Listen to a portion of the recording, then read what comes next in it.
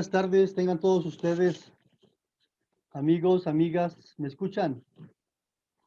Con la cabeza puedo decir que sí. Bien, miren, mi nombre es Víctor Manuel Ponce, coordino el área de investigación del ICIDEM, y es para mí un enorme honor, a nombre del ICIDEM y del Foro de Paz y Convivencia, dar la bienvenida y la inauguración a los diálogos sobre educación e inclusión, convivencia y paz. Nos da mucho gusto iniciar este viejo anhelo que consiste en poner en común los saberes acumulados por un conjunto de mujeres y hombres jóvenes muy valiosos, sabios, que nos hemos agrupado en el Foro de Paz y Convivencia en Jalisco. Esta enorme sabiduría nos permitirá comprender la complejidad del mundo, los nuevos y viejos problemas educativos, como es el aumento de las violencias, tanto esas violencias internas como las violencias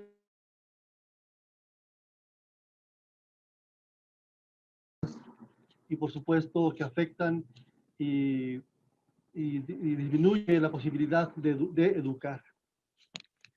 Una virtud de estos diálogos, de estas conferencias, es que se acoge distintos saberes disciplinares como sociólogos, filósofos, pedagogos, antropólogos, pero además se recogen saberes de muchos colegas que están en la lucha cotidiana, como directores, como supervisores, docentes, activistas, y estamos seguros, los que entendemos esta compleja realidad, que solo de esta manera podremos entender lo que está ocurriendo en las escuelas, en la vida cotidiana e incluso en el contexto actual de la pandemia. La realidad no puede ser aprehensible bajo un modelo disciplinar, sino por supuesto bajo modelos inter o incluso transdisciplinar. En ese sentido, para nosotros vale tanto el saber y la sabiduría acumulada por los investigadores, como también vale el saber acumulado por los maestros, docentes, activistas, en fin, por todos nosotros que estamos trabajando y luchando por transformar este mundo. Y creo que ahí está nuestra coincidencia. Coincidimos en que estamos inconformes con el mundo, estamos inconformes con las violencias, con las dolencias personales y sociales, con la pobreza, con la injusticia, y lo que soñamos todos juntos y lo que compartimos todos nosotros es la necesidad de construir un mundo mejor, más justo, más humano, más pacífico, más amoroso para todos y para cada uno de nosotros y de las personas. Por eso, gracias a los conferencistas que nos van a acompañar en estos 3 meses, y esperemos que las conferencias sean útiles y gratas para todos y para cada uno. Antes de arrancar y darle la voz al doctor Miguel Ángel Pérez Reynoso, quiero aclarar que el ICIDEM, gracias al apoyo del director Santoyo, es posible que podamos extender constancias de participación a los conferencistas y moderadores y también a los asistentes. En este último caso, tendrán que inscribirse en cada sesión y se acumulan cierto porcentaje de las mismas, tendrán derecho a una constancia por la participación en este conjunto de conferencias de educación, inclusión, convivencia y paz. Bueno, finalmente, eso es lo que yo quería comentarles. Arrancamos pues esta jornada de hoy con las conferencias, perspectivas y retos de la paz.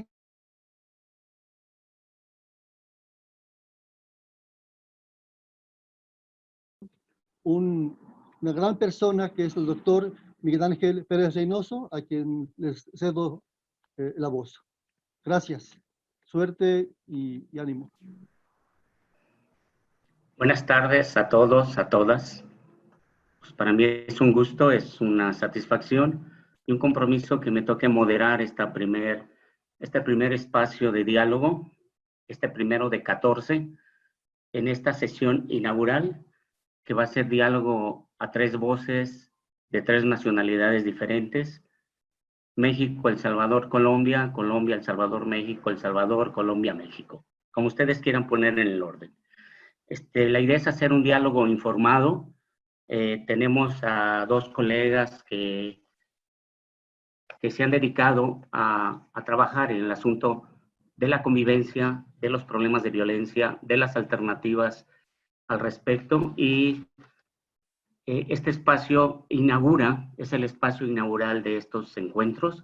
La idea es poner en común los saberes de cada quien para, de manera potente, poder gestionar y poder generar desde aquí una gran propuesta que permita buscar alternativas en nuestra sociedad. Agradezco también al ICIDEM por el espacio. El ICIDEM, esta institución, yo soy egresado de ahí, y bueno, es una institución emblemática que hoy favorece, hoy pone al servicio de todos nosotros eh, la instalación mediada por este recurso que tenemos. Y bueno, la idea es iniciar con el diálogo. El diálogo se llama Perspectivas y retos de la paz y la convivencia escolar en el siglo XXI, y tenemos a dos colegas: Jaime Andrés Torres Ortiz, colega colombiano, y Herbert Alexander Oliva, colega salvadoreño. Cada uno en la primera intervención va a tener un espacio de 20 minutos. Yo voy a tratar de hacer un recuento en el camino, y al final haremos un diálogo con los cuestionamientos, preguntas, inquietudes de todos los asistentes. Presento en primer orden a Jaime Andrés Torres Ortiz. Él tiene 20 años de experiencia docente, ha trabajado como orientador vocacional en proyectos de vida con jóvenes y apoyo psicológico del área de bienestar universitario en la Universidad de Boyacá, todo de Colombia. Posteriormente se desempeña como docente e investigador en el área de formación docente en teoría y práctica de la investigación en educación, en la maestría en didáctica de las matemáticas, en la Universidad Pedagógica y Tecnológica de Colombia. Es catedrático en metodología de la investigación de la maestría en pedagogía y mediaciones tecnológicas de la Universidad de Tolima. Es catedrático también de la maestría en gestión de la tecnología educativa de la Universidad de Santander, y catedrático en planeación académica del ejercicio pedagógico de la especialización en pedagogía de la Universidad Autónoma del Cauca. Actualmente desempeña como director de la Escuela de Posgrados de la Facultad de Estudios a Distancia de la Universidad Pedagógica y Tecnológica de Colombia. Él abre nuestra sesión.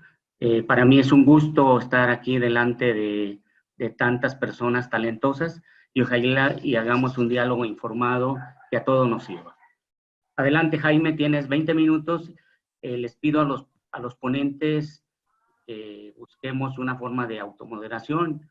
Yo no voy a cortar, no voy tal vez les mencione, pero administrar los 20 minutos en esta primera intervención que tenemos. Adelante, Jaime, tienes la palabra. Muchas gracias, maestro Miguel.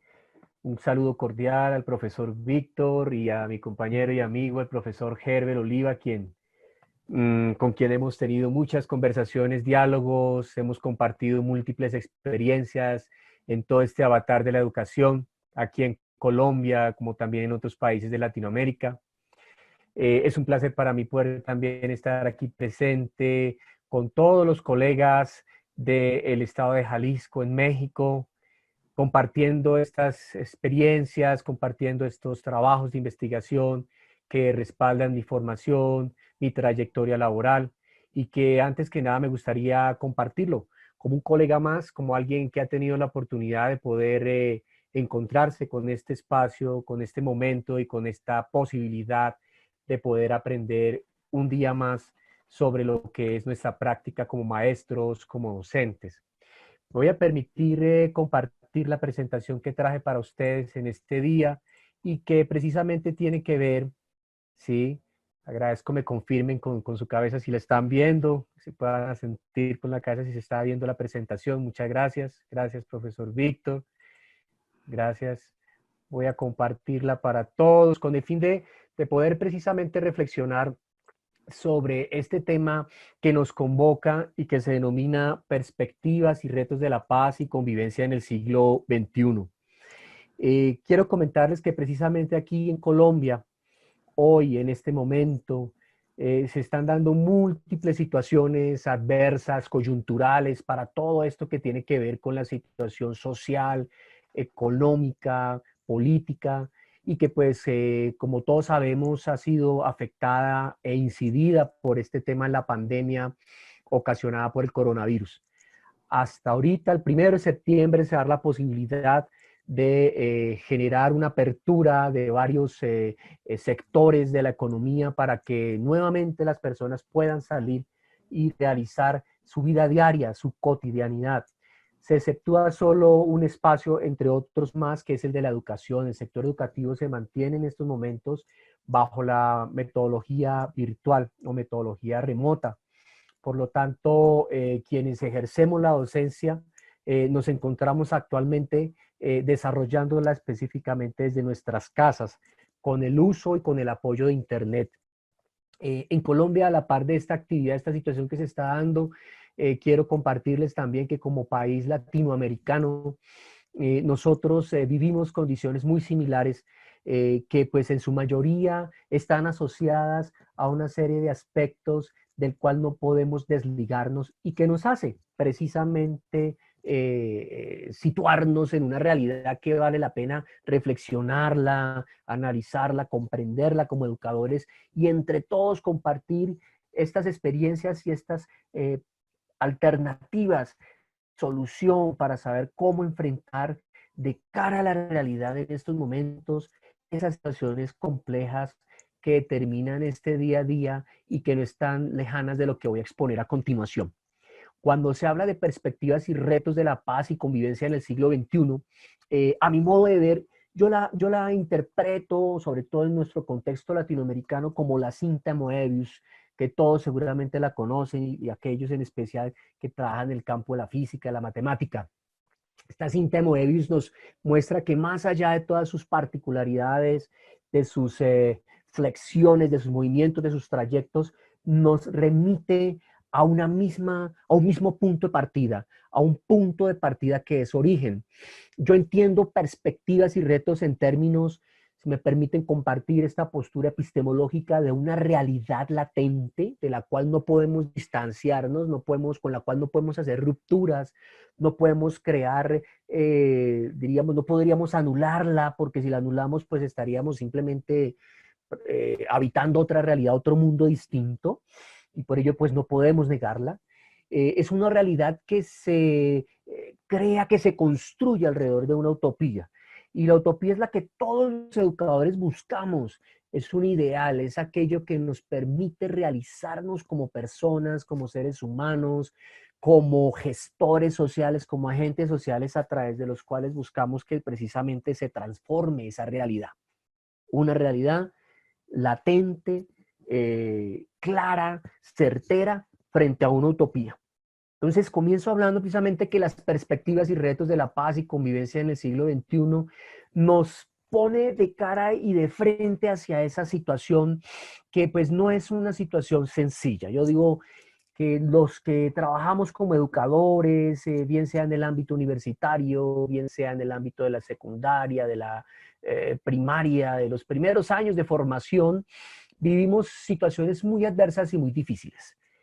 Y diría que pues todo esto también es producto de una serie de múltiples factores que más adelante podemos dialogar y estoy seguro que con esa riqueza intelectual de mi compañero Herbert podemos hacer reflexiones y además compartir las preguntas que puedan originarse en nuestros espectadores.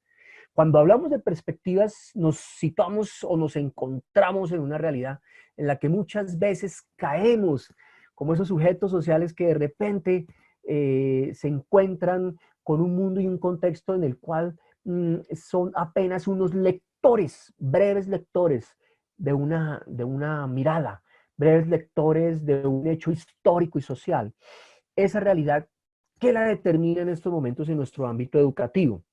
La violencia física, ¿no? Muchas veces caracterizada por esas reacciones agresivas, oposicionistas, rebeldes, que enmarca de fondo mucha ira y mucha rabia por parte de nuestros estudiantes. Particularmente, permítame compartirles, yo he trabajado mucho con jóvenes de la secundaria, en esos niveles, como decimos en mi país, de niveles noveno, décimo y once, y jóvenes de primeros semestres de universidad. Y allí este tema de la violencia física es muy común, está muy enmarcada hacia esos aspectos de orden emocional y motivacional que determinan esa dinámica conductual de nuestros jóvenes.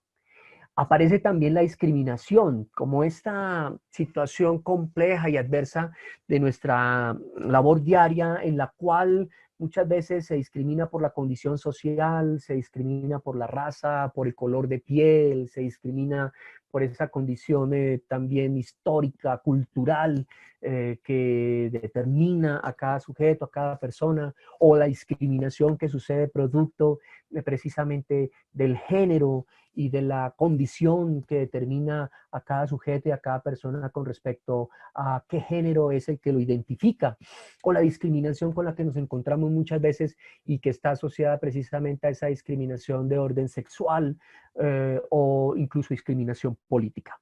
Pero también vemos en nuestra realidad, en nuestra diaria cotidianidad, vemos otro tipo de situaciones complejas y difíciles, como es el bullying, el matoneo, esa conducta agresiva de algunos jóvenes hacia otros, en donde subestiman, rechazan o simplemente señalan por alguna de las condiciones previamente mencionadas, y que se suscita alrededor de otras series de situaciones problemáticas muy complejas.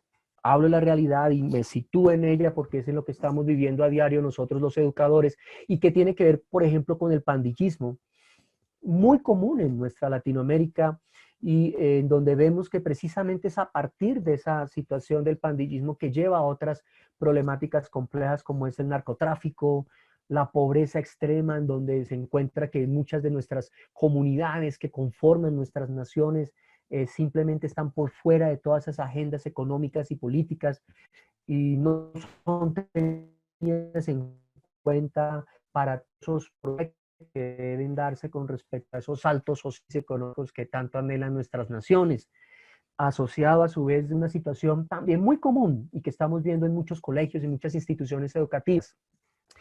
Es decir, problemáticas que albergan todo ese universo de condiciones, de relaciones y de experiencias compartidas en nuestras instituciones y que tiene que ver con el individualismo extremo. Por ejemplo, preocupa enormemente cuando se revisan las investigaciones, cómo nuestros jóvenes muchas veces pasan más tiempos pegados a un celular que compartiendo y socializando con otros, mucho tiempo inmersos en ese celular entre las redes sociales, un Facebook, un TikTok, albergando allí experiencias y expresando allí experiencias que en muchas ocasiones lo que hacen es alejarlos de su condición intrínseca como personas y como seres humanos.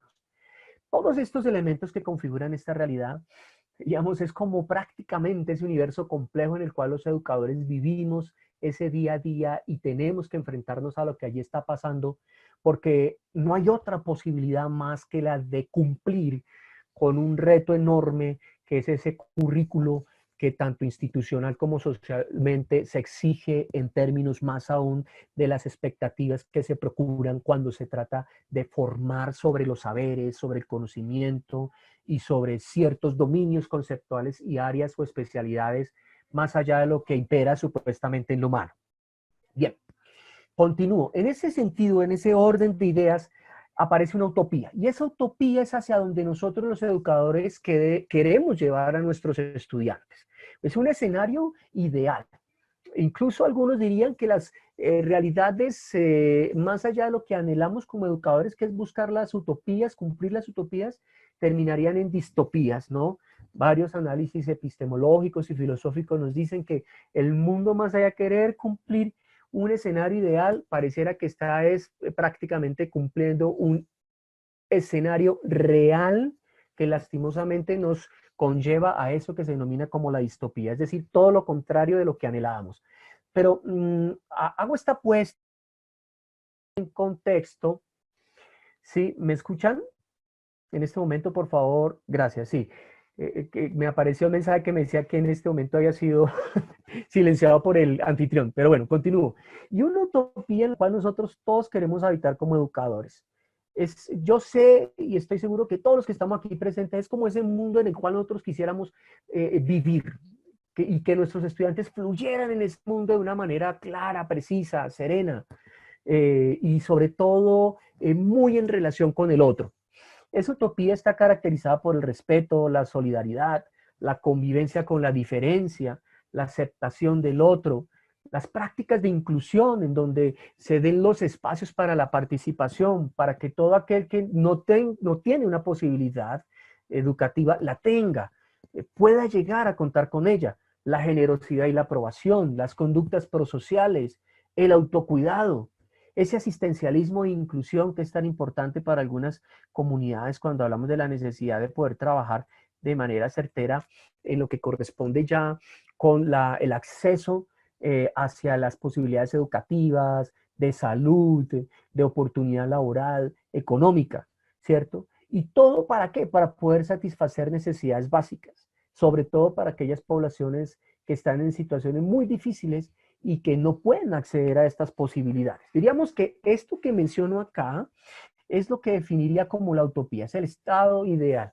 hacia donde todos los educadores queremos llegar con nuestros estudiantes y ese estado en donde todos nosotros como educadores quisiéramos estar. Es decir, nosotros vivimos una complejidad muy grande también en ese sentido. En ese orden de ideas con respecto a lo que aquí estoy planteando, quiero compartirles con respecto a esta pregunta, ¿cómo facilitar procesos psicológicos internos y socioculturales para lograr llegar a condiciones utópicas que finalmente superen las expectativas? Quiero decirles que a través de las investigaciones que hemos desarrollado con otros colegas, hemos realizado una serie de prácticas que pensamos que aún hoy en día, después de varios años de trabajo, son significativas, son necesarias. ¿Por qué son significativas y necesarias? Porque nos hablan acerca de la importancia de que como seres humanos primero empecemos trabajando con nosotros mismos, con la manera de ver nuestro mundo, con la importancia de poder situarnos frente al mundo más allá de sus problemáticas y complejidades, con una mirada serena, reflexiva y constructiva. Nosotros hemos trabajado en estas experiencias, una de ellas tiene que ver con enseñar la filosofía de autocuidado.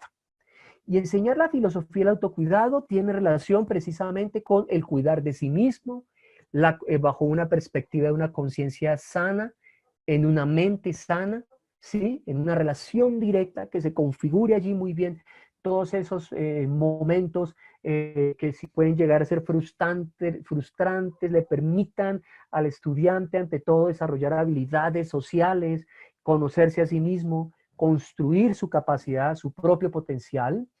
Hablábamos también de esas experiencias cuando hemos trabajado en ellas, de la importancia de procurar siempre este concepto, un cuerpo sano y aceptado, ¿sí? Un cuerpo sano en mente sana, una mente sana en cuerpo sano. Y a partir de allí hemos indagado y trabajado también en todo esto que tiene que ver con las redes sociales de apoyo en los procesos de asistencia y acompañamiento a nuestros estudiantes. Es decir, desde lo interior hacia lo exterior, pero en relación continua con todos estos agentes de apoyo que habitan este universo de la educación. Y hemos trabajado con otra también estrategia importante que tiene que ver con el punto B que aquí expongo y que es el enseñar el autoconocimiento. Entonces, no solamente trabajar sobre el autocuidado, sino enseñar el autoconocimiento. Y que estaría caracterizado primordialmente por ese proceso de fortalecer la identidad, de identificar o detectar las crisis y frustraciones y los niveles de resiliencia, repito, en nuestros estudiantes y crear proyectos y generar compromisos y actos de responsabilidad en ellos mismos. Yo sé que aquí hay educadores que así como trabajan con comunidades que son, diríamos, fácilmente moldeables, en otros encontramos que su experiencia ha sido muy difícil y trabajan con comunidades en donde allí se presentan múltiples situaciones complejas que yo había expuesto anteriormente cuando hablaba acerca de nuestra realidad educativa frente a la utopía. Pero quiero decirles que aún así en estos contextos complejos y difíciles, como por ejemplo aquellos maestros que trabajan en centros de rehabilitación, aquellos docentes que trabajan en instituciones de lo que se conoce como centros correccionales o aquellos que trabajan en instituciones penitenciarias, aún allí estas técnicas han permitido ahondar, profundizar y aflorar posibilidades para el desarrollo humano. Es decir, esto que hemos venido trabajando nos ha permitido también en algún momento generar y construir propuestas de desarrollo humano para que quienes se involucran en estos procesos puedan darle un sentido a su vida. Ahora bien, con base en lo que aquí expuse, viene la siguiente pregunta y es, ¿qué experiencias educativas, sociales y culturales se han desarrollado a partir de esto que he expuesto inicialmente? Primero, cuando les hablaba acerca de enseñar de la filosofía del autocuidado, hemos desarrollado talleres que están enfocados hacia dónde? Enfocados hacia configurar, comprender y reconocer lo que es la conciencia sana. Es decir, el empezar a enfocar a nuestros estudiantes en el desarrollo de pensamientos que están muy asociados a actitudes y hábitos que reafirmen el valor como ser humano. Es decir, en términos de su autoestima, en términos de sus estados motivacionales, de cómo poder a sí mismo llegar a promover esas capacidades. Pero también hemos trabajado en términos de lo que es la construcción de la idea de cuerpo sano, un cuerpo sano que sea aceptado. Y para ello, nuestros talleres involucran todo lo que son rutinas de ejercicios de acondicionamiento y relajación y mucha actividad física. La actividad física se ha entendido definitivamente como una estrategia enorme para que nuestros jóvenes se puedan alejar de todas esas realidades que yo les mencionaba inicialmente, del pandillismo, del narcotráfico, de las actividades ilícitas. Y esa dinámica de trabajo desde las actividades físicas se han convertido prácticamente en una disciplina de vida. Algo importantísimo. ¿Cuáles actividades físicas? El fútbol, la natación, otros deportes como el voleibol, el atletismo, han sido muy interesantes y han permitido movilizar esos procesos. Pero también hemos trabajado en la línea de redes sociales, es decir, grupos de apoyo dirigidos por personas que han superado problemas previamente. Aparte de que hay una serie de agentes, psicólogos, sociólogos, trabajadores sociales, trabajadores asistenciales, hay otros también que se han involucrado allí y que están dentro de nuestros mismos estudiantes y que conforman estos grupos de apoyo, porque a veces, y diríamos, es necesario también mantenerse en contacto con estas redes. Muy bien. Continuando con qué experiencias educativas, sociales y culturales se han desarrollado con jóvenes, hemos trabajado en la segunda línea que yo les mencionaba con respecto a enseñar autoconocimiento en este proyecto que ha sido vital, proyecto vital, que es Taller Proyecto de Vida. Y hay allí una experiencia que yo quiero compartirles y que estoy seguro que todo esto que yo aquí he expuesto ustedes lo conocen, pero vemos que a lo largo del tiempo definitivamente ha sido muy significativo la experiencia sabiéndola orientar. Una de ellas es el uso de la ventana de Johari, en donde trabajamos 4 cuadrantes. Un cuadrante, el yo conozco, otro cuadrante que es el yo desconozco, otro cuadrante los demás conocen, perdón, y otro cuadrante que es los de que los demás desconocen. Esta técnica es una técnica que ha sido definitivamente constante y ha sido una técnica continua, es decir, no se ha, diríamos que despreciado, ni se ha dejado a un lado porque permite que el estudiante que comparte estas experiencias trabaje en diversas líneas. Conocerse a sí mismo, comprendiendo qué es lo que conoce de sí, conocer lo que los demás saben y que en algún principio desconocía, o conocer aquello que desconocía y que a través de un contacto, un diálogo y una relación con otros configura, y que finalmente le da la posibilidad de entender cuál es el área libre, el área oculta, el área ciega o el área desconocida. Yo les invito a ahondar sobre esta propuesta, la ventana de Johari, para trabajar con sus estudiantes y facilitar procesos de diálogo, porque hasta acá en lo que yo he podido encontrar es que definitivamente con los jóvenes, sobre todo los adolescentes, y quiere verse también así, es importante establecer dinámicas de diálogo y espacios de afecto. Muchas ocasiones estos son elementos que se olvidan y terminan siendo secundarios y terciarios. Pero también hemos trabajado entre esta dinámica otra experiencia importante que tiene que ver con el enseñar el autoconocimiento, que es el taller proyecto de vida. ¿En qué consiste esta experiencia o en qué ha consistido? Primero, en identificar o detectar las crisis y frustraciones, a través de unas pruebas que permiten evaluar los niveles de ansiedad, permiten evaluar la toma de decisiones y también trabajar sobre lectura de casos y cómo esos casos se pueden llegar a desarrollar a través de juego de roles. Y esos juegos de roles permitir que se complementen con otras experiencias que son muy constructivas en jóvenes. Es increíble ver cómo, por ejemplo, el arte en términos de pintura, la creación manual y la música ha permitido que esos procesos se viabilicen y que faciliten canales de comunicación.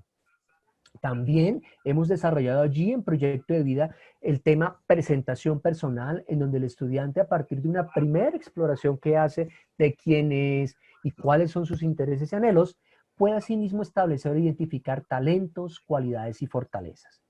Y a la vez también hemos desarrollado allí la identificación de modelos que le permitan al estudiante, sobre todo a aquellos jóvenes que tienen situaciones de conflicto, encontrar caminos en donde puedan reproducir esos modelos constructivos para su propia vida.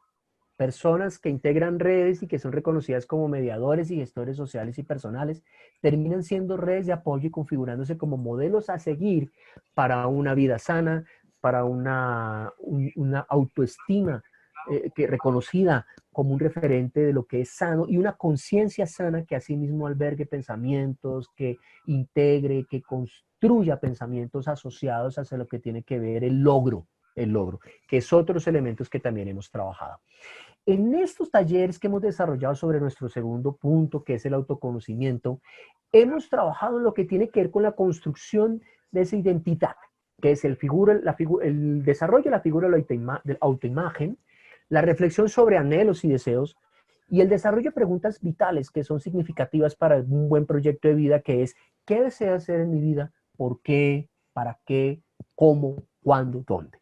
Todo esto que yo les comparto tiene mucho que ver precisamente con esa dialogicidad. Es la racionalidad dialógica en la que hay que trabajar con nuestros jóvenes. El hablar, el expresar, el compartir, el plasmar, el construir, el configurar. Porque son mecanismos de comunicación que van a permitir que las cosas se puedan resignificar y a partir de allí se puedan construir nuevos referentes de desarrollo personal.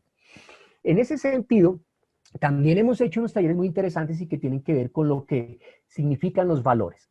Y quiero compartirles que alrededor de una serie de preguntas que hacemos con ellos, ¿qué es un valor? ¿Cómo sabes que compartes y vives un valor cuando lo nombras? Trabajamos con nuestros estudiantes valorando el sentido de lo que significa un tipo de comportamiento. ¿Qué es ser solidario? ¿Y cómo sabes que estás siendo solidario cuando ejerces el valor de la solidaridad? Y a partir de allí generamos una propuesta de auscultamiento, de reflexión y de trabajo continuo. Por ejemplo, definir la solidaridad, la generosidad, el aprecio, el afecto por el otro, el escribir una lista de valores que se conozcan, el escoger 10 valores de toda esa lista. Eso se va trabajando con el estudiante poco a poco y a medida que él nos va escribiendo y nos va relatando esos valores, le vamos haciendo las siguientes preguntas.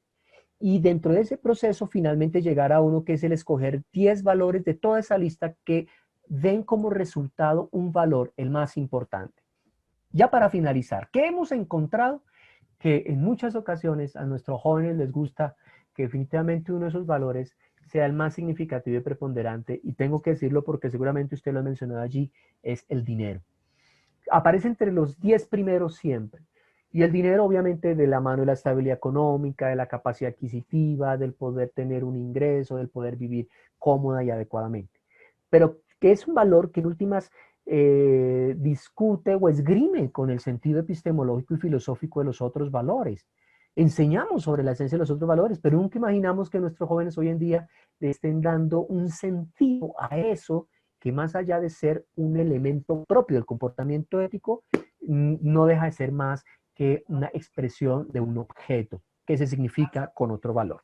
Finalmente, ¿cómo lograr que esto alcance definitivamente un desarrollo en profundidad que permita superar estas realidades adversas y nos lleve a un estado de utopía por el que todos luchamos como educadores? Yo, usted, allá mi otra profesora, allá el amigo profesor, allá el activista, allá el integrante de una red, allá la persona que trabaja como apoyo psicosocial para muchos jóvenes. Se requiere proyectos de innovación social y trabajar mucho en innovación social. Se requiere promover y proteger derechos humanos continuamente. se requiere regular la inversión de capital, siempre teniendo como punto de partida el concepto de equidad social. Se requiere el acompañamiento gubernamental a todas las ONGs, organizaciones no gubernamentales y demás entes que puedan llegar a estar aquí presentes, y se requiere no ideologizar los procesos socioculturales. Hay una premisa fundamental dentro de todo esto que hemos trabajado, y es el desarrollo humano, la autorrealización del sujeto, y que el sujeto pueda sentir que a medida que avanza en su vida, pueda sentirse pleno y satisfecho de lo que está logrando y de lo que ha alcanzado. Muchas gracias, apreciados y apreciadas, por este tiempo, y espero no haberme pasado más de lo que me habían advertido. Muy amables. Gracias. Adelante. Sí. Bueno, sí te pasaste, Jaime Andrés, pero bueno. Jaime Andrés nos genera una narrativa que podemos entenderla como compartida para los países, para todos los países latinoamericanos. Esto no es propio, no es privativo de Colombia, a lo mejor es extensivo para México, para El Salvador, ahorita seguirá Herbert, pero esta parte valiosa de tener el foco en la utopía, de pasar de los problemas a las propuestas mediadas por el conocimiento, vincular la investigación con la acción a través de proyectos, de talleres, me parece que es la parte valiosa que hay que reconocerla en todo momento. Y como este esfuerzo institucional, personal, de redes, de colectivos, yo, me preguntan que si va a haber, y algo se me pasó a decir, pueden generar preguntas a través del chat, comentarios, todo lo que quieran decir, tanto para Jaime como para Herbert, que ahorita sigue. Y una pregunta, bueno, todo esto había que verlo en contexto. El caso colombiano es un caso como un caso que se cuece aparte. Entonces había que ver indicadores como del impacto, de hasta dónde ha sido exitosa su propuesta. Ya en la segunda vuelta, Jaime tendrá oportunidad de responder junto con las preguntas que ustedes hagan. En un segundo momento, en este diálogo informado, tengo el gusto de presentarles a Herbert Alexander Oliva. Él es doctor en educación con especialidad en currículo e instrucción. Se desempeña como docente e investigador de la Universidad de Guadalajara en México para el Departamento de Políticas Públicas y el Departamento de Trabajo Social.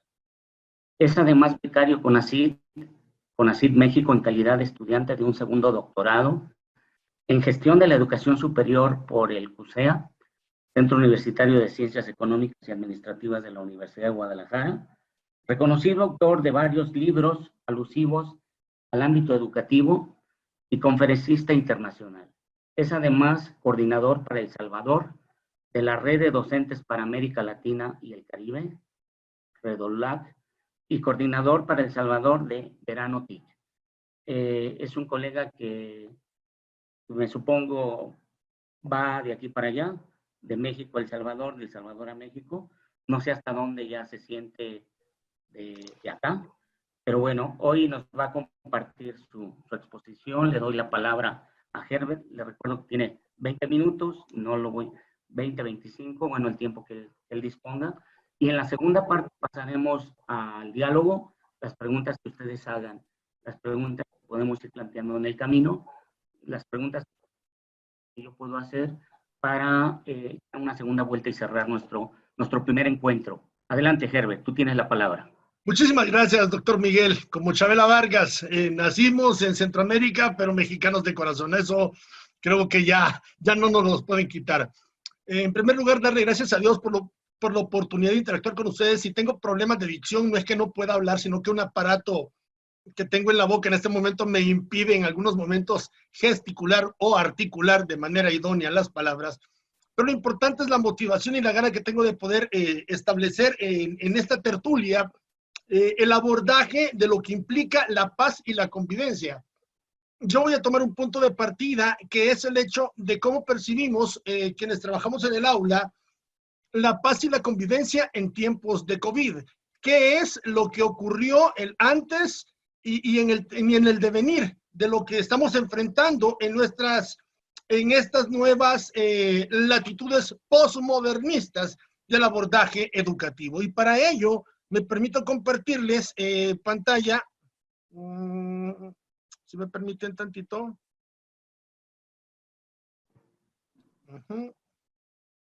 Y comparto pantalla.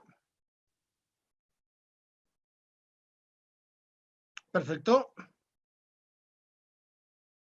Ya ustedes tendrán a bien hacerme el inmenso favor de indicarme si efectivamente estamos viendo ya la pantalla, por favor. Excelente, muchísimas gracias. Bueno, me encantaría tratar de decirles que no es que tengamos varitas mágicas para dar soluciones a los problemas de paz y de convivencia, pero en mi caso personal, desde el año 2009, decidí involucrarme o abordar este maravilloso camino del estudiar violencia y resiliencia en Centroamérica, y de alguna manera, desde mi traslado de El Salvador a México, pues ahora ya radicado prácticamente haciendo la investigación para México, ¿no?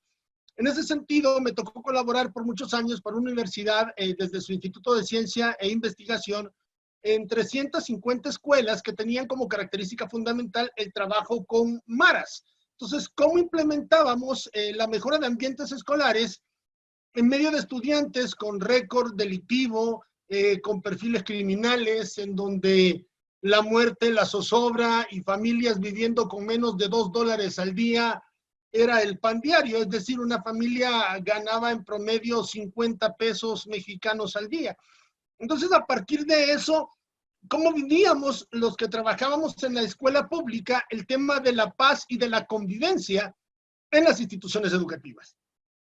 En ese preámbulo de ideas empezamos a trabajar específicamente con SEMS, con el Sistema de Educación Media Superior de la Universidad de Guadalajara, y de alguna manera estuve trabajando con algunos talleres, con la mejora de ambientes educativos, con el tema del enfoque y la prevención de la violencia, y empezamos a ver que de la del típico acoso y violencia en contextos educativos de Dan Oldius, nos habíamos trasladado en El Salvador a contextos de la escuela como un lugar para el fomento de la criminalidad escolar. Entonces eso ya redimensionaba otras aristas de lo que es y de lo que implica la paz y la convivencia. A partir de eso, en el 2016, cuando tengo mi primer acercamiento en este maravilloso país, les comparto los escenarios y en un breve diagnóstico empecé a descubrir que todas estas corrientes de violencia y criminalidad en ámbitos educativos pues ya estaban permeando en algunas instancias educativas mexicanas. Con este preámbulo de ideas, a modo de introducción, debo de argumentar que la construcción y el disfrute de una sana convivencia en los centros educativos, sin duda alguna, requiere de implementación de prácticas pedagógicas que brinden herramientas para el diálogo, para la mayor participación de los miembros de la comunidad educativa, el respeto en las relaciones, pero por sobre todas las cosas, la valoración del otro como individuo. Y esto empieza a generar un análisis más concreto en donde empiezo a darme cuenta que al revisar la múltiple bibliografía de aquellos que escriben sobre los contextos de violencia en los escenarios educativos, pues nunca habían trabajado dando clases en una escuela. Entonces eso era como muy contradictorio. Y yo empecé a argumentar que realmente los verdaderos superhéroes del sistema educativo, los verdaderos paladines, son los profesores, aquellos que tienen que caminar kilómetros para poder llegar hasta sus centros educativos, aquellos que conviven con la violencia como pan diario, aquellos que tienen que enfrentar la adversidad. Y me daba cuenta que muy poco se estaba haciendo para preparar y para generar competencias en los profesores para saber enfrentar estos nuevos escenarios. A partir de ello, nadie, y quiero decirlo de manera categórica, nadie esperaba, nadie estaba preparado para lo que se venía desde el mes de marzo a la fecha. Y es que cuando llega el coronavirus, cuando la pandemia azota al mundo y mueve las latitudes geográficas, se me vino a la mente este célebre sociólogo francés, Morin, quien decía que dentro de la idea futurista de proponer 7 saberes necesarios para la educación del futuro, él hablaba de una contribución a que el hecho educativo en tiempos de crisis, yo lo llamo en tiempos de coronavirus, retome dos aristas contempladas por Morín. Muy y cuando, desde una visión panegérica, como usted lo quiere llamar, ya Morín visualizaba un escenario catastrófico y él hablaba sobre 7 saberes necesarios para la educación del futuro. Esto viene a contribuir a que el hecho educativo en tiempos de coronavirus se enfoque desde 2 elementos sustanciales. El primero, hablar de cómo saber enfrentar la incertidumbre. ¿Estamos los profesores preparados para enfrentar la incertidumbre? Y 2, saber enseñar la comprensión. Lo preocupante de esto es que con la llegada de la pandemia, la Organización de Estados Iberoamericanos para la Educación estimaba que en los 23 países de la comunidad iberoamericana, miembros de la OEI, existían cerca de 14 millones de niños y niñas en el nivel infantil que vieron interrumpidas sus clases. 46 millones de niños, de niñas, vieron interrumpidas sus clases en educación primaria, 44 en educación secundaria y más de 18 millones en el nivel universitario. Esto implica que cerca de 122 millones de estudiantes se vieron afectados por el cierre de instituciones educativas. Esto nos lleva también al punto de cuestionarnos si estaban realmente las instituciones educativas preparadas para enfrentar la crisis generada ante situaciones como el COVID-19. De esta manera, vimos el inicio de un fenómeno en donde la presencialidad educativa se debe de trasladar a la educación virtual. ¿Estaban preparados nuestros profesores? Debo de argumentar en mi caso propio. Había preparado todo mi semestre para el contexto virtual. Sin exageración alguna, debo de decir que haber hecho ese traslado a la educación virtual me trajo a los escenarios educativos nuevos problemas en el tema de paz y convivencia. No obstante, puedo decirlo, que siento que se me quintuplicó el trabajo. ¿Por qué? Porque todas las planificaciones didácticas pasaron a ser diseños instruccionales, a preparar y a editar videos, a tratar de levantar plataforma en Moodle, actividades de interacción, cosas que a lo mejor no las tenía contempladas porque la clase mía estaba más pensada para el escenario presencial. Sin embargo, en el ámbito de la paz y de la convivencia estudiantil, debo de señalar algunas interrogantes que venían a mi cabeza. En primer lugar, ¿qué papel juega la incertidumbre frente a los nuevos escenarios de acoso y violencia en la educación virtual? Debo de señalarlo, conocí casos en donde estudiantes haciéndole burla a los profesores por el no dominio de las herramientas informáticas. Profesores que en un descuido dejaron abiertos sus micrófonos y expresaban barbaridad y media en contra de los estudiantes. Estudiantes en cualquier cosa menos prestando atención, y a partir de eso se empezaron a generar nuevas formas de interacción entre los estudiantes y los profesores. La segunda interrogante que me formulaba, ¿qué está sucediendo con los estudiantes en confinamiento? Y es que curiosamente todo el mundo se empezó a preocupar por cómo dar clases, por cómo atender a los estudiantes y que el año escolar se perdiera. Muy pocos eran quienes preguntaban por la salud mental de los estudiantes y de nosotros los profesores. Nadie se atrevió a la tercera interrogante que planteo, y es, ¿cuál es el sentir de los profesores frente a estos escenarios de paz y convivencia en contextos de educación virtual? ¿Cuál es el sentir de los estudiantes, de los profesores en estas circunstancias? De unos meses a la fecha, ahora tenemos que aprender a buscar paz y convivencia escolar a través de lo que se denomina las nuevas ciberconvivencias. Frente a estos argumentos, la realidad nos permite poner algunas situaciones que van a ponernos a reflexionar sobre estos nuevos escenarios. Cuando la Secretaría de Educación intentó generar una evaluación al programa Aprende en Casa, se convocó a estudiantes de Yucatán, Morelos, San Luis Potosí, el Estado de México y Guerrero, y coincidieron en que las tareas del programa Aprende en Casa eran demasiadas, eran contenidos repetitivos, evidenciaban que muchos profesores no estaban preparados para enfrentar estos nuevos contextos o estas nuevas dinámicas educativas. Padres de familia quejándose porque estaban con sus hijos y decían, bueno, es que tengo que preparar comida, tengo que atender mis cuestiones del trabajo. Yo decía, y a lo mejor solo lidias con 1 o 2 muchachos en casa, y a nosotros los profesores que nos toca trabajar con 25, 30, 40, bueno, yo en una universidad privada, en una facultad de medicina, impartiendo la asignatura de sociología médica, me tocó trabajar con 114 estudiantes. Entonces los papás también empezaban a manifestar estas situaciones que traía consigo la ciberconvivencia educativa en tiempos de COVID. Los motivos de esta calificación reprobatoria es que los estudiantes aseguraban que trabajar bajo este esquema era repetitivo, no generaba para ellos un aporte al conocimiento. En muchos casos, todo el mundo hablaba de educación virtual, que el Internet nos iba a salvar, pero nadie recordaba que en contextos rurales, a duras penas tienen luz eléctrica, menos podría pensar yo que los estudiantes iban a tener Internet o que iban a tener acceso a una computadora.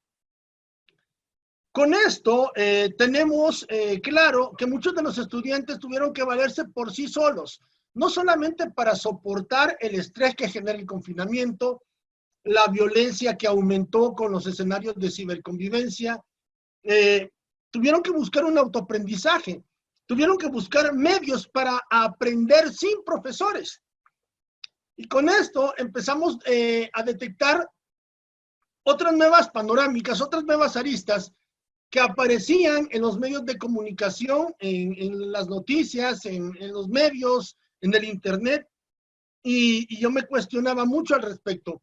Al preguntarle a cierto grupo de niños qué quieren ser de grandes, en algunas zonas de Saltillo, los niños decían, pues queremos ser sicarios, ¿no? Los niños dicen, queremos ser asesinos, queremos ser traficantes. El panorama social en el que están inmersos estos estudiantes los lleva a replantearse. Algunos medios de comunicación decían, bueno, en los últimos meses, más niños y jóvenes se convierten en carne de cañón para el crimen organizado. Y es que algunos carteles del narcotráfico ya empiezan a reclutar a menores de edad para convertirlos en asesinos. Entonces, todas estas nuevas dinámicas nos llevan a pensar que no solamente era el problema de las maras en El Salvador, no solamente era el problema de asesinar a 100 personas por día en El Salvador, como en su momento lo fue en los años 2012, 2013, 2014, sino que también ya en México estábamos viviendo este tipo de escenarios de criminalidad en contextos educativos. Luego me doy cuenta que al hablar de la construcción de tejidos sociales, también en la tierra colombiana existían algunos acontecimientos que me ponían con el cerebro en modo de Alka-Seltzer, ¿no? Valga el comercial, es decir, una efervescencia mental en donde hay un concurso que se llama Miss Tanguita y es un concurso de niñas en tanguitas y tal cual como lo dice, ¿no? Festividad que se celebra alrededor de o en el argumento de unas fiestas patronales. Entonces uno empieza a ver que la paz y la convivencia, a pesar que son elementos que forman parte indispensable de los tejidos sociales, en muchas ocasiones cada vez se está volviendo más difícil trabajar en estos escenarios educativos.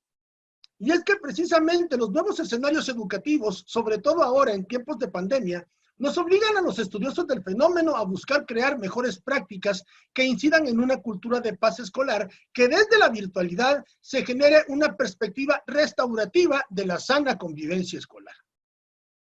Para ello, y en afán de clarificar el sentido académico de esta charla, ya UNICEF en su informe Child Safety Online ya hablaba en el año 2011 de lo importante que era la seguridad en Internet y cómo la seguridad en Internet se volvió un reto que demanda estrategias globales para una mejor comprensión de los riesgos a los que se enfrentan los jóvenes en Internet. La sociedad mexicana debe de tener claro que la interacción tecnológica de las generaciones en este contexto entre millennials y centennials cambia en relación a cómo yo personalmente, la generación X, percibe el uso y el manejo del Internet. Nosotros, yo retomaba esta información del periódico La Vanguardia, un poco haciendo un paralelismo entre la sociedad española y la sociedad mexicana, pero decía, pero es que hay muchas cosas que en el plasmar de una taxonomía generacional evidencian que no es lo mismo aprender matemáticas en los 80s, ni como la aprendieron en los 90s, ni como se aprende hoy en el 2020. Y ahí nosotros podemos empezar a ver lo complejo del entramado de crear paz y convivencia hoy precisamente en el siglo XXI, con todos los elementos en contra que tenemos los educadores, sobre todo cuando se piensa en la creación de ambientes escolares de paz y de convivencia. Y ahí podemos ver, por ejemplo, que la generación del silencio, del 30 al 48, predomina la circunstancia de los conflictos bélicos, ¿no? Primera Guerra Mundial, Segunda Guerra Mundial, los baby boom, paz y explosión demográfica. Como después de finiquitados estos grandes conflictos armados, se da una explosión demográfica. Una época en donde tener bastantes hijos era el predominante demográfico. La generación X, en donde se habla del tema de crisis. Bueno, yo puedo hablar un poco de esto alrededor del tema de la crisis generada por el conflicto armado en El Salvador de 1979 a 1991-92, cuando se firman los acuerdos de paz un 16 de enero en el castillo de Chapultepec, aquí en México. Las nuevas generaciones, las generaciones millennials, con el inicio de la digitalización, la generación Z con la expansión masiva del Internet, y en fin, hasta llegar a crear, aun y cuando el término no es de Humberto Eco lo reiteraba de manera muy frecuente, ¿no? El Homo Videns, estos chicos que definitivamente, pues, si no hay Internet, su vida se acaba, y es que ahora el Internet ha ocupado un espacio para generar precisamente estos mecanismos fluidos de convivencia. A partir de ello, las nuevas generaciones de estudiantes están creciendo dentro de un espacio de mayor tiempo y difusión del Internet que funciona las 24 horas al día, haciendo que el alcance global de la violencia y el acoso tenga graves repercusiones para el fomento de la paz y la sana convivencia. Ejemplo en México, datos proporcionados por UNICEF. De marzo a mayo de este año, se estima que los jóvenes en México consumieron cerca de 14,000 escenas de violencia presentadas por televisión abierta. Un estimado. Y es que el tiempo descontrolado en Internet y el fácil acceso al Wi-Fi crea una adicción sin precedentes en las nuevas generaciones. Por lo tanto, esta falta de control y supervisión es lo que yo llamaría la falla identificada en muchas ocasiones en el inicio de un camino cargado de acoso cibernético. Por otro lado, esto nos permite cuestionarnos sobre cuál debe de ser el límite del Internet. ¿Qué debe de consumir el joven en Internet sin que dicho consumo les provoque dependencia para conducirlos a una exposición mediática de violencia, de acoso cibernético, que hoy en día son elementos que van a contraponerse en la balanza al momento de generar o de intentar conquistar la paz y la convivencia escolar? La educación, en su doble función como derecho humano que forma en derechos humanos, tiene un llamado específico en la construcción de esta cultura de paz entre las generaciones más jóvenes. Por lo que el argumento central de mi postura es sustentar que la cultura de paz en los centros educativos puede calar la vida de las personas cuando la paz sea una vivencia cotidiana dentro de las aulas. Consideremos entonces 3 principios de actuación de la paz y de la convivencia en el siglo XXI. Número 1, identificar y desarticular las violencias. Número 2, reconocer y fortalecer que existe. Y número 3, visión positiva del conflicto. Sobre todo, si consideramos que en México se necesita una correcta aplicación de políticas enfocadas al combate de la violencia escolar y al fomento de la paz y convivencia, donde la problemática afecta a estudiantes de todos los niveles educativos. No estoy diciendo que no existan políticas, estoy argumentando que necesitamos darle una idónea, una adecuada aplicación a este conglomerado de políticas para trabajar en estas importantes áreas de nuestra vida. Algunos indicadores que señalan que esto es preocupante por cuanto que mirábamos en el informador, noticias del año 2018 decían que niños que pasan más de 7 horas en celular son menos inteligentes según un estudio. La nota ahí está, lo dejo para que usted pueda leerla por sí mismo. El periódico Universal en el mismo año, el 27 de noviembre, sacaba en grandes titulares que en México 6 de cada 10 niños no pueden hacer sumas ni restas con decimales al salir de primaria. Un poco complementando o concatenando con la noticia emitida donde se le daba cobertura periodística a un supuesto estudio, ¿no? Donde se decía que los niños que pasaban determinadas horas en el Internet eran menos inteligentes. Lo cierto es que estas nuevas dinámicas escolares deben enfatizar la integridad del ser, deben de promover la participación de todos los miembros de la comunidad educativa.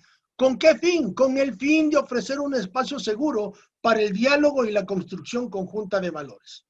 En tiempos de confinamiento, UNICEF en México también dio otro dato que nos ponía a analizar a quienes somos estudiosos en el tema.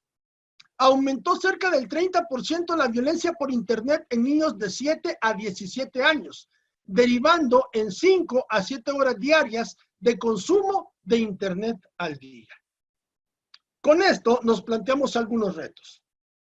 El primer reto, la violencia tiene fundamentos en la cultura, es decir, prácticas, creencias, lógicas, relaciones, visibles e invisibles, que hay que reconocer y que hay que tratarlas. 2. La violencia es innegable, pero no es lo único. También la paz es real. 3. La paz como cultura no es un ideal a largo plazo, sino una realidad concreta a partir de la cual nos construimos como personas, como familia y como sociedad. 4. Somos seres culturales, somos sujetos de aprendizaje y de nuestra propia transformación. Y 5. Necesitamos desmontar los mitos que desde la cultura justifican el uso de la violencia como inevitable y necesaria, o visiones deterministas en donde se piense de que pobreza es igual a una acción violenta, que es en muchas ocasiones lo que ocurre con nosotros los salvadoreños, que se piensa que por ser un país pobre necesariamente somos violentos, cuando la realidad concreta no es así. ¿Por qué? Porque tenemos paz en nuestras vidas cotidianas. Como conclusión, la cultura de paz implica valores, actitudes y pensamientos orientados al respeto de los derechos humanos, abiertos al pluralismo cultural, la solidaridad y el diálogo, a la tolerancia frente a la diferencia y al desacuerdo. Pero la cultura de paz es también una experiencia cotidiana en las aulas, es una experiencia cotidiana en los centros educativos. Comprender sus dimensiones sigue siendo un reto para la mejora de las relaciones en la institución educativa. Mis datos están en pantalla, pues en lo que pueda colaborarles, compartiéndoles mis libros, va a ser un beneplácito enorme en donde hago un abordaje más directo desde las ciberconvivencias, desde manuales de abordaje y seguimiento a casos de violencia escolar, manuales de buenas prácticas en contextos educativos, la escuela urbana y sus problemas, etcétera. En fin, bastará una googleadita ahí a mi nombre para que puedan tener un conocimiento un poco de lo que hemos trabajado. Y de igual manera, pues dejo mis datos de contacto. Personalmente, le doy las gracias. Víctor, gracias por la oportunidad. Gracias a todos los involucrados. Jaimito, es un enorme placer coincidir contigo. Mi afecto y mi admiración académica para ti. Y de manera muy, muy precisa, gracias a ustedes por haberme prestado atención. Que Dios me los bendiga en abundancia y estoy atento a las preguntas que puedan derivarse. Gracias, Herbert. Hemos tenido dos miradas diferentes, pero complementarias. Tanto Jaime como Herbert colocan a la paz y la convivencia como el gran ideal, como la gran utopía a la que aspiramos. Pero en el caso de Herbert, pues los caminos, o sea, esta visión compleja de ponernos ante una realidad y ante un reto, él atraviesa su exposición en el marco o en el contexto de la pandemia, y yo quiero iniciar problematizando esta figura de la incertidumbre, problematizar la incertidumbre si es privativa o propia de este contexto, o cómo era la incertidumbre antes. La incertidumbre es un estado, un momento, una amenaza, por ahí la tenemos todos, que puede convertirse en oportunidad y, bueno, problematizar la noción de incertidumbre. También Herbert, en esta parte, en una de las diapositivas al inicio, habla, yo lo pondré así, aunque no lo dijo así, como de las buenas prácticas, las prácticas que sirven para favorecer el diálogo, la participación, el respeto. O sea, él lo dice que el educador desde el aula va favoreciendo una práctica y una educación y una cultura para aspirar a la paz y la sana convivencia. Y en el último apartado, estos juegos y este buen manejo de datos nos lleva a, bueno, otra figura que mete ahí en intermedio es pensar en un esfuerzo de restaurativo, restitutivo, reconociendo que el tejido social está dañado, fuertemente dañado en algunos lugares, pero este esfuerzo desde la educación, desde el aula, desde las buenas prácticas educativas pensadas para generar el diálogo y la participación, pueden ir contribuyendo a vivir la paz, como él lo dice. Y esta ecuación que la cuestiona, un país pobre no forzosamente es un país violento, la pobreza y la violencia no están correlacionados, este puede ser un mito o una trampa desde los poderosos, y Herbert lo cuestiona, bueno, él lo sabe porque lo ha vivido, los datos que da de El Salvador, 100 personas asesinadas por día en ciertos momentos, pues da cuenta de un dato crudo. Pero en los dos hay una parte que es dolorosa, que tiene que ver con un contexto social en donde la violencia se normalizó, o se ha normalizado, y salir de ella ha sido como difícil. Se juntan las figuras de los conocimientos acumulados, del uso de los mismos, del diseño de propuestas, de prácticas educativas y sobre todo de intentos reales para tratar de generar esta cultura de paz y de convivencia. El título de este primer diálogo cruzaba con los escenarios escolares, pero de alguna manera tocaron el escenario escolar como un espacio que no es el único que permite la oportunidad educativa para ir instaurando estas nuevas formas de vincularnos, de relacionarnos, o como decía Delors, de aprender a vivir con los otros o al lado de los otros. Hay un espacio y se repite la cuestión de las preguntas. Necesito hacer como un recuento para ver qué preguntas se tienen por ahí. No sé si tengamos acceso a los audios, si alguien quiere hacer uso de la palabra, o si todo va a ser por los textos. Esto lo pregunto a Víctor, a las personas que están administrando la proyección, para en este diálogo informado y en esta aspiración por hacer circular la palabra, que todas las personas que han estado conectadas también digan lo que piensan, pregunten, opinen, etc. Entonces, mi pregunta es cómo hacemos, ¿sí? Víctor. Sí, tú mandas, tú di cómo hacerle. Es que yo quiero tener acceso a las preguntas, o si alguien de la administración me ayuda y puede leer los planteamientos que tiene y yo guío la intervención de los colegas.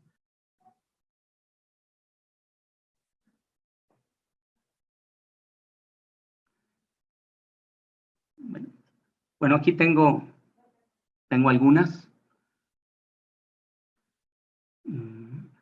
Inicia Sergio Sandoval, la primera pregunta.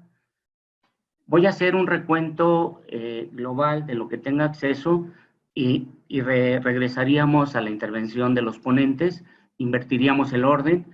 Inicia Herbert contestando global todo lo que se pregunta y terminaría Jaime, si están de acuerdo. Sergio. Voy a quitarme para acercarme al... Sergio pregunta, ¿no considera usted que en buena medida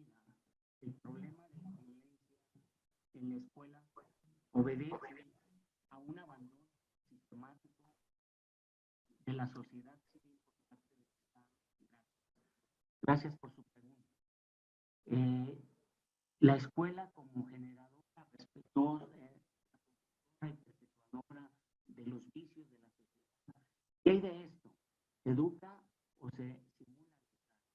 Profesor Rizo, de la secundaria, odio los datos, pero ahí está.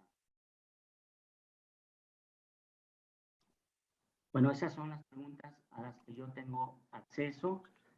Son preguntas de aquí del chat y va a haber otras preguntas por Face, pero si gustan con estas podemos regresar al diálogo.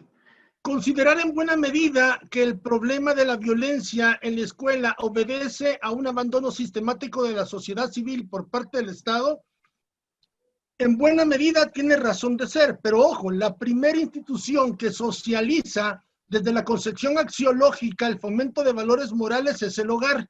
Por lo tanto, yo como hijo represento la educación de mi madre y de mi padre. O en este caso yo pues orgullosamente hijo de madre soltera, ¿no? Por eso solo tengo un apellido, Oliva. Y digo, al final la construcción del tejido social en el cual yo ya estoy inmerso me permite darme cuenta que sí existe un abandono por parte de los gobiernos al tema de la política, por cuanto que el profesor que construye tejido, que fomenta con su aporte, educando generaciones, tiene salarios tan risibles en comparación con los políticos que pueden en poco o en nada hacer el rol que nosotros hacemos, haciendo sociedad o haciendo patria. Y a partir de eso uno empieza a darse cuenta que hasta parece ridículo o absurdo darnos con la veracidad de que la secretaria del político X tiene 5 salarios más que uno de profesor. Entonces los profesores, los que verdaderamente trabajamos en el contexto de la educación, los que verdaderamente estamos en el frente de las aulas, los que día a día conocemos la realidad de nuestros estudiantes, en muchas ocasiones tenemos que poner dinero de nuestra propia bolsa para poder comprar material didáctico y llevar a cabo el proceso educativo. Es ridículo que ahora me pidan a mí que yo compre una computadora para dar educación virtual cuando ni siquiera se me brinda una adecuación salarial. Yo pregunto, ¿será que las instituciones educativas están considerando darle a los docentes un bono por el aumento en la factura de internet, de energía eléctrica? Profesores que han tenido que comprar planes de celulares para tener más datos, para estar respondiendo mensajes de WhatsApp, incluso hasta 12, 1, 2 de la mañana. Allí es donde yo creo que existe un abandono latente y permanente, en donde falta más dignificar la profesión del profesor mexicano, del profesor de América Latina. Es que si nos percatamos, los problemas son similares. Entonces yo sí estoy muy de acuerdo en ello, en decir, está existiendo un abandono. Si nosotros nos ponemos a analizar, y yo siempre pongo este ejemplo, si nosotros le hablamos a la policía para pedir una patrulla porque estamos viviendo alguna situación delictiva por un fascineroso, los policías en algunos lugares no quieren llegar porque saben que estas zonas geográficas tienen control por la delincuencia y están más armados que nosotros. En ese sentido, el punto sería que si usted pide una pizza a domicilio, llega más rápido la pizza que una ambulancia o que una patrulla, ¿no? Y uno se empieza a darse cuenta que sí existe un deterioro latente de la sociedad, y mientras existan medios de comunicación que sigan fomentando más la perspectiva formativa de que es mejor ser un delincuente, ser un mercenario, vivir del narcotráfico y no terminar una carrera universitaria, pues seguiremos igual de fregados. Entonces yo creo que tenemos que adoptar un proceso de concientización y darle el rol de autoridad al profesor. Yo pongo este panorama, mi estimado Miguel, Jaime, Víctor, a todos los amigos que están pendientes de esta tertulia. Porque antes que no teníamos tantos recursos tecnológicos, en donde no había internet en los años 60, 70 y 80, habían mejores resultados educativos en el interior del aula. Tenías más calidad en la formación docente. Las escuelas normales tenían procesos de convicción en donde el que no tenía la cualidad del apostolado pedagógico no era profesor. ¿Y ahora qué tenemos? Ahora tenemos profesores adentro del aula porque no quedaron en la facultad de medicina, porque no quedaron como abogados en una universidad. Entonces uno dice, si no hay vocación docente, sí existe un deterioro en la manera y en la forma de hacer educación. Reitero, hasta en el tipo de letra que escribían los profesores en la pizarra, uno identificaba quién era profesor por convicción. Ahora nosotros podemos ver que se está perdiendo esa parte del tejido pedagógico, de la escuela, del ente protagónico de la sociedad, lo estamos perdiendo. Y es importante recuperarlo para la generación y la nueva construcción de procesos de paz y convivencia. Antes de darle la palabra a Jaime, bueno, mi preocupación en la moderación es que las personas que han querido preguntar, decir, opinar, tuvieran eco. Técnicamente se complica, pero este planteamiento que contesta Herbert, a partir de las preguntas a las que tuvo acceso, en última instancia, o este planteamiento de la sociedad civil, de los espacios políticos, de la familia, de las instituciones clásicas, la escuela, es preguntarse con estos problemas que vivimos, a quién le toca y cómo se encarga de atenderlos.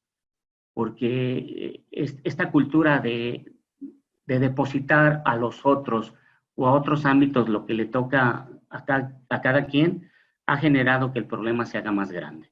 Estamos ante un problema grande, severo, estructural, complejo, que requiere propuestas en la misma medida.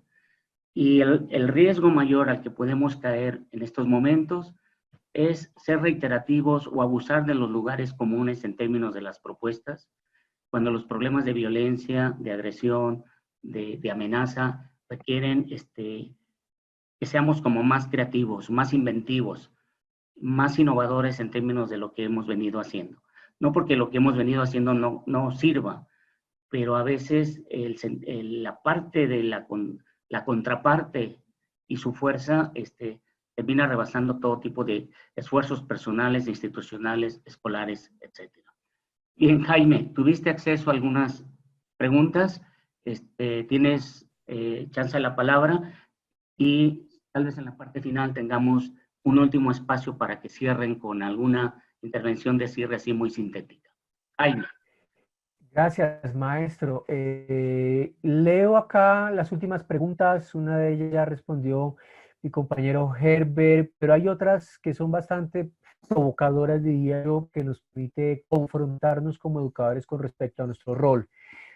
Dice precisamente uno de nuestros participantes de qué manera se puede transformar la paz y la convivencia para nuestros y nuestros alumnos si esta existe, si esta está actualmente violentada en el personal que elaboramos en la educación. ¿Qué hacemos con esta problemática? Es decir, la interpreto también como el malestar en la cultura educativa desde la perspectiva del rol que cumplimos nosotros como maestros y cómo nos afecta a nosotros en nuestra condición psíquica y física.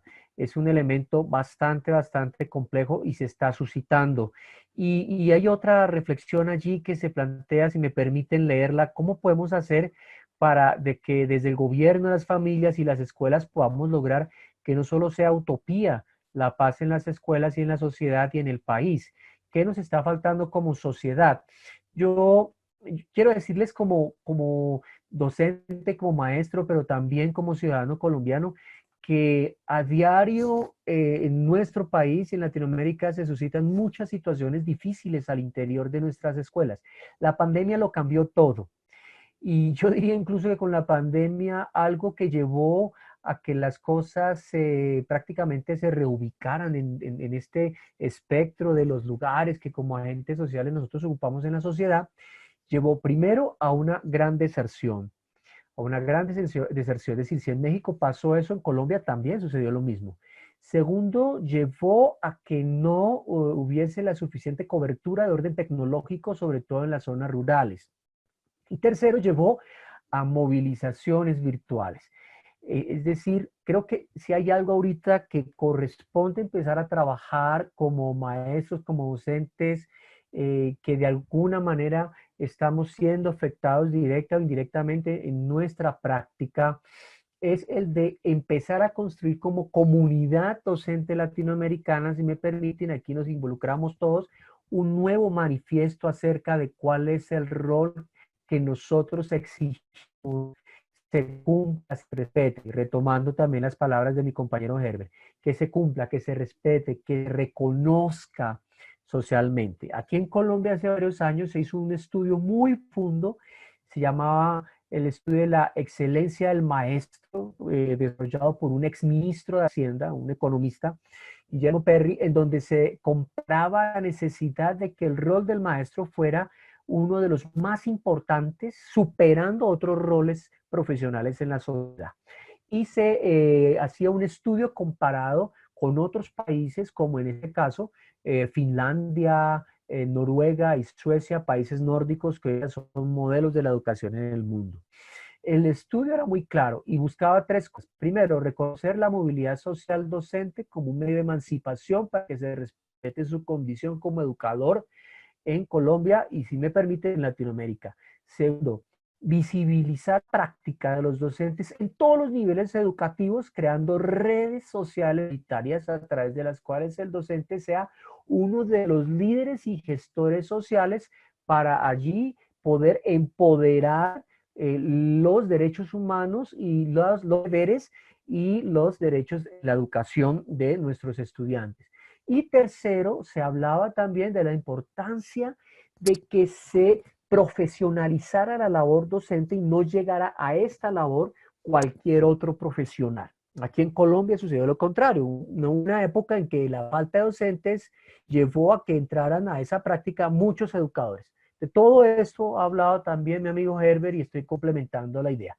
Pero creo que sí hay un reto ahorita fundamental, aparte de construir un manifiesto en el cual se respete, se reconozca y se visibilice la labor del educador en Latinoamérica, hay otro reto fundamental y es el de exigir a los gobiernos como movimiento social que a las familias se les dé tiempo y espacio para que participen de los procesos educativos, de los procesos educativos.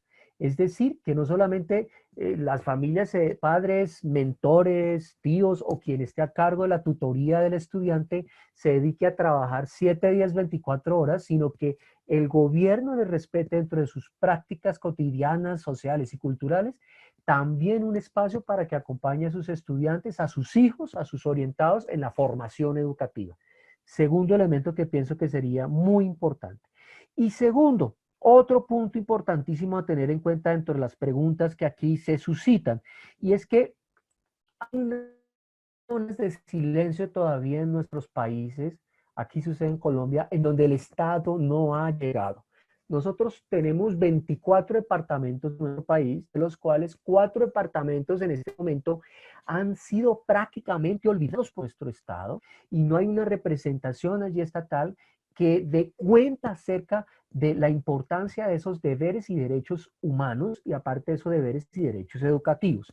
No está sucediendo. Estos departamentos son el departamento del Cauca, el departamento del Valle, el departamento del Chocó y el departamento de Santander del Norte. Prácticamente han sido dados. Y todo eso, pues, producto de las políticas centralistas, como ya aquí se había reflexionado al inicio de este encuentro. Entonces, que es esa exigencia que le hace el Estado, y es donde viene el punto fundamental, porque es el reto de nosotros como educadores, como activistas, como agentes sociales, ¿sí? Y recordando a una de mis maestras cuando estuve la oportunidad, estuve en México y tuve la oportunidad allí de formarme en el Instituto de Pensamiento y Cultura para América Latina, quizás algunos de ustedes la conocen, Marcela Gómez Sollano, decía ella que se requiere recuperar la condición histórica y social del educador y que sea formador y a su vez agente de formación. El educador forma a otros y se forma a sí mismo. Es un ejercicio continuo de transformación y de aporte social. Creo que recordando a Gómez Sollano, redondearía allí e invitaría a revisar estas propuestas importantes de esta intelectual mexicana que también ha trabajado mucho sobre la conciencia histórica de los sujetos y el ejercicio de pensar como poder. Eso. Gracias.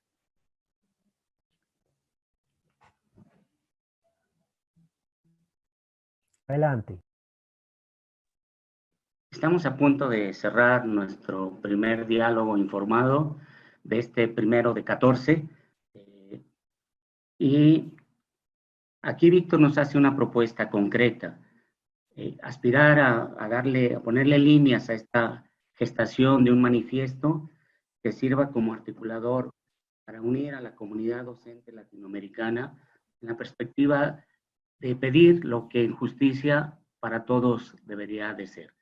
Yo diría que quedar ahí como para generar un borrador y los asistentes de alguna manera lo puedan signar y como parte de sus contenidos exigirle a los gobiernos que también garanticen este espacio para las familias para poder ocuparse,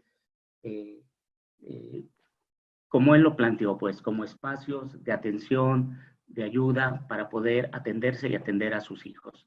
Yo digo que esta es una concreción de esta utopía de la que hablaba él al inicio y podemos darle un corpus más, pasar a la parte como objetiva de darle curso a esta propuesta. Bueno, hay preguntas, hay réplicas, contrarréplicas. Vamos a pasar a la última intervención de cada uno. El primero va a tomar la palabra Herbert, luego Jaime para cerrar. Para algunos elementos, puntualizaciones o puntos finales y poder cerrar nuestro diálogo del día de hoy. Herbert, tienes la palabra.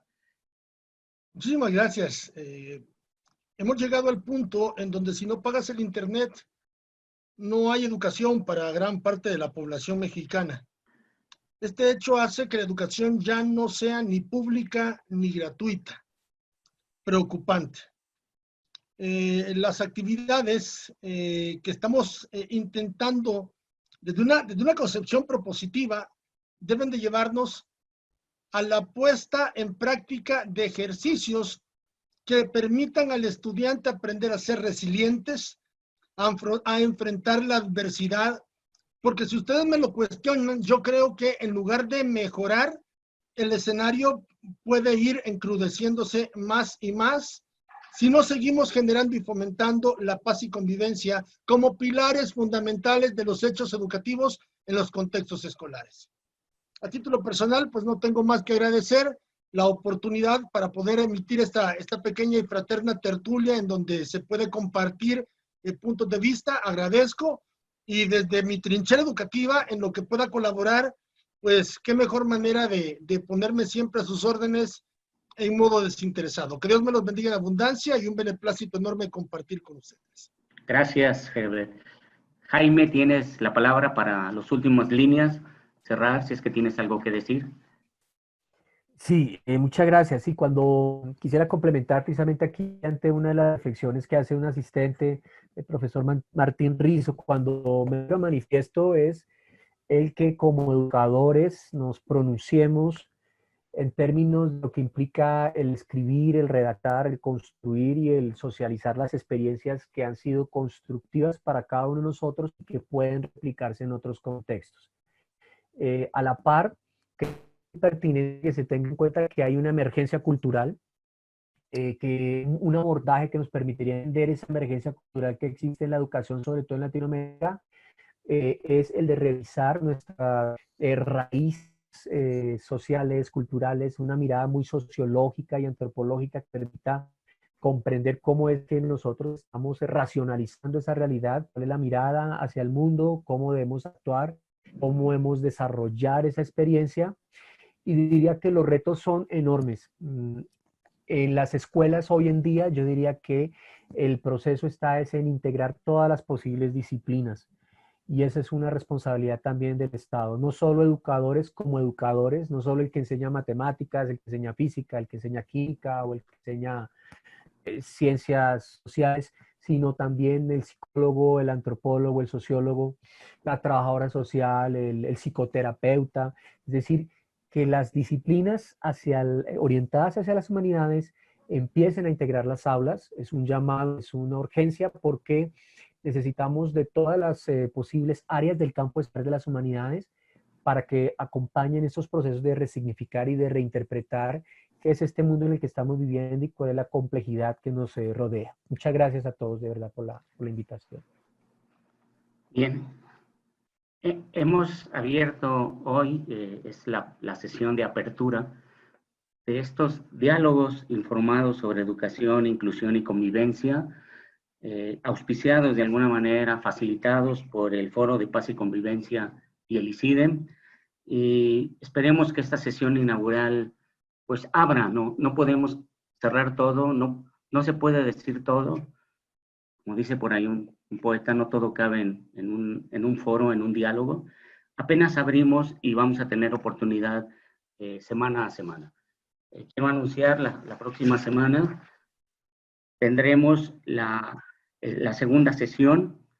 La segunda sesión se titula Sufrimientos emocionales y adicciones de niños y adolescentes, a cargo de mi tocayo Miguel Ángel Flores Tinajero y el doctorante o la doctorante Gabriela Belén Gómez Torres. Este diálogo de 2, de 3, va a ser el espacio siguiente. La invitación está aquí para que estemos en las 14 sesiones. Va a haber una constancia para fines de currículum. Y bueno, la idea es ir como, hoy se abre como este horizonte para pensar, para reflexionar, para darle cabida a las propuestas, para organizar las ideas, para ser mejores en términos de esta cultura de paz y convivencia a la que nos han invitado los dos ponentes el día de hoy. Yo les doy las gracias, fui invitado para moderar, para facilitar esto, y esperemos que esto haya sido del agrado de todas las personas que se conectaron, que no sé cuántos son. No sé si Víctor Ponce quiera decir algo para cerrar este evento, o con estas palabras podemos cerrar hoy para abrirlo la siguiente semana. Víctor. No, pues nada, Miguel, a todos, buen cierre el que hiciste. Agradecer a todo el mundo su participación en este primer foro, con la esperanza de que los otros 13 permitan efectivamente darnos una explicación más compleja de la realidad para intervenirla mejor. Espero que vayan captando la lógica de cada una de las sesiones, porque la siguiente tendrá que ver con asuntos del interior, los sufrimientos y las adicciones, que son temas aparentemente desligados, pero profundamente vinculados a los problemas de las violencias y los sufrimientos de las adolescencias, las juventudes, que están, por supuesto, siendo un factor adicional a las violencias escolares. Buenas noches, muchas gracias y deseamos pues que haya sido esto de su agrado. Nos vemos el siguiente lunes, el punto de las 5 de la tarde. Gracias, Jaime Andrés, amigo colombiano. Gracias, Herbert, amigo Salvador mexicano. Un abrazo y felicidades a los dos. Gracias, Miguel Ángel Pérez. Gracias a todos, a todas. Un abrazo. Bye.